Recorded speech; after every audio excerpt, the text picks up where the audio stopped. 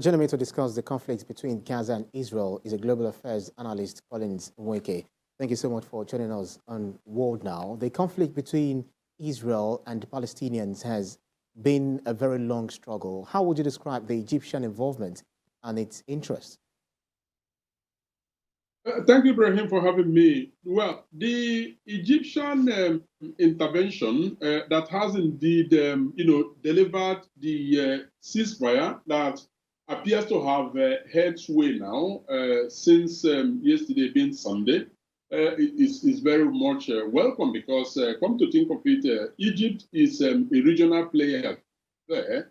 And like they say in business, business abhors an unsettled environment. So it is also in Israel's best interest that there is peace there. But let us look at, a sustained peace because that is actually what is needed in that region. The purpose of this particular truce is because the humanitarian catastrophe continues to rise. And so the concern is first and foremost to halt that humanitarian catastrophe that is mounting on a daily basis. But a lot, in fact, work still has to begin in terms of how do you actually stop the Israeli imperialist activities around that region in Palestine so that ultimate peace will occur. I mean, some people will say, after all, the jihadist movement are actually sending rockets to Israel, targeting civilians and so on and so forth. But the whole story started somewhere. And I believe that ultimately that is what needs to be addressed if sustainable peace is to be brought to that region. Well, what we have seen actually in recent years are short-term agreements that would not address the root cause of the problem because the mediation has focused on conflict management and not conflict resolution. So from your own perspective, will these processes produce effective results? In the short term, yes. At least some semblance of normalcy is beginning to, take place in that region.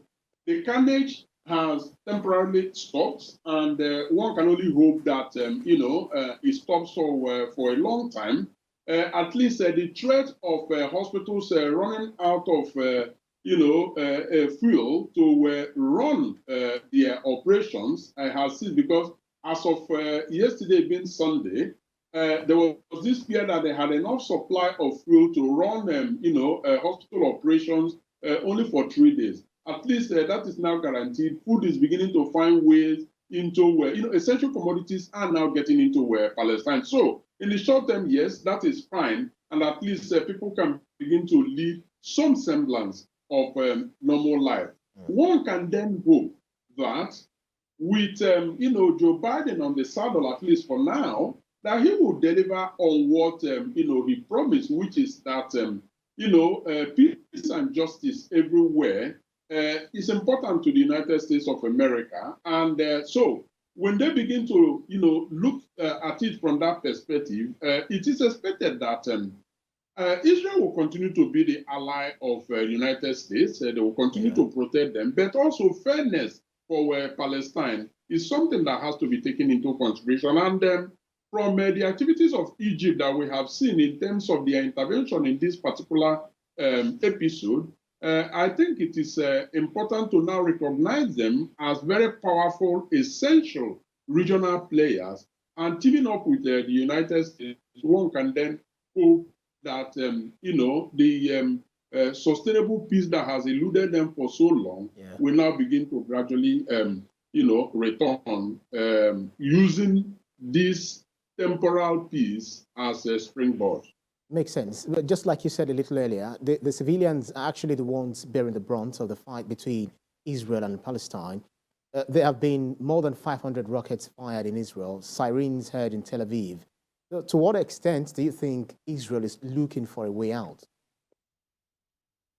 Well, I think Israel, if you ask, an average Israeli, I think the point they will make to you is that they have the right of, existence, and when they exist, they have to survive. And so their actions are actually geared towards their own survival as a people, I do not think, I mean, if you analyze the situation critically, you will find that Israel's survival, despite a statement that may have been made previously by various, Palestinian leaders, I think the concentration now, in terms of that sustainable peace, is two countries living side by side one another as neighbors.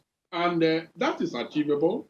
And there are signs that, with both sides being objective and being respectful of each other's sovereignty, that is achievable.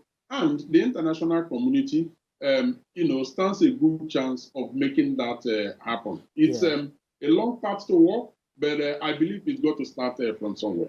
In all of this, before I let you go, what exactly do you then think is needed for lasting peace? What needs to be done for the issues to be resolved so that a cycle of violence does not happen over and over?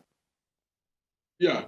Given the shortage of time, I will put it, in an abstract form. Now, it is a simple matter of give and take. They have both sides have, very serious, differences. And it has to be realized that in a negotiation of this nature, you need to give in order to receive.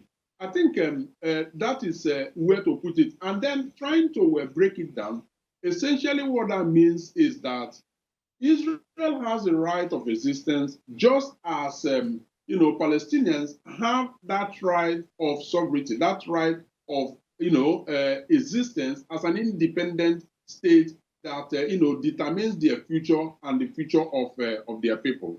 Essentially, that is what has to happen. And of course, the fine lines are where, like they say, the devil is in the details. But those details, with goodwill from both sides, I believe it is achievable. Well, we'll continue to monitor the situation in Israel and Palestine, Gaza generally, and see how all of these things would definitely, end. It's just peace is exactly what the world actually wants to see, the international community. Thank you so much, Global Affairs Analyst Collins Nweke, live for us from Belgium. Thank you.